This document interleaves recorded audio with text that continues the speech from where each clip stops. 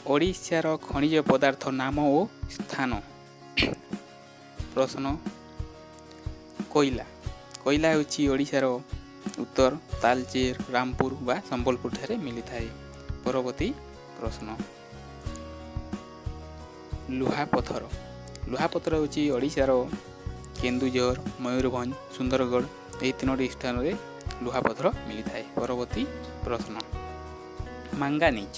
ଉତ୍ତର ହେଉଛି ଓଡ଼ିଶାର କଳାହାଣ୍ଡି, ମୟୂରଭଞ୍ଜ, କେନ୍ଦୁଝର ଏହି ତିନୋଟି ସ୍ଥାନରେ ମାଙ୍ଗାନିଜ ମିଳିଥାଏ। ପରବର୍ତ୍ତୀ ପ୍ରଶ୍ନ ବକ୍ସାଇଟ୍। ଉତ୍ତର ହେଉଛି ବଲାଙ୍ଗୀର, କୋରାପୁଟ ଏହି ଦୁଇଟି ସ୍ଥାନରେ ବକ୍ସାଇଟ୍ ଆମ ଓଡ଼ିଶାରେ ମିଳିଥାଏ। ପରବର୍ତ୍ତୀ ପ୍ରଶ୍ନ ଦେଲାମାଇଟ୍। ଏହିଟା ହେଉଛି ଆମ ଓଡ଼ିଶାର ଉତ୍ତର ସୁନ୍ଦରଗଡ଼ରେ ମିଳିଥାଏ। ପରବର୍ତ୍ତୀ ପ୍ରଶ୍ନ ଅଭ୍ର।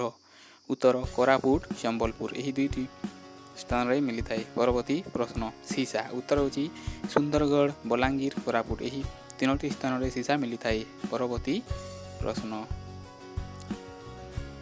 ଚୁନପଥର। ଚୁନପଥର ହେଉଛି ଆମ ଓଡ଼ିଶାର ସୁନ୍ଦରଗଡ଼, ବଲାଙ୍ଗୀର, କୋରାପୁଟ ଏହି ତିନୋଟି ସ୍ଥାନରେ ଚୁନପଥର ମିଳିଥାଏ। ପରବର୍ତ୍ତୀ ପ୍ରଶ୍ନ କ୍ରୋମାଇଟ୍। କ୍ରୋମାଇଟ୍ ହେଉଛି ଉତ୍ତର କେନ୍ଦୁଝରରେ ମିଳିଥାଏ। ଆମ ଓଡ଼ିଶାର କେନ୍ଦୁଝର ପାଖରେ ମିଳିଥାଏ। ପରବର୍ତ୍ତୀ ପ୍ରଶ୍ନ ଗ୍ରାଫାଇଟ୍। ଉତ୍ତର ହେଉଛି ଆଠମଲ୍ଲିକ। ଆଠମଲ୍ଲିକରେ graphite. Thank you for watching. Like, share, comment and subscribe.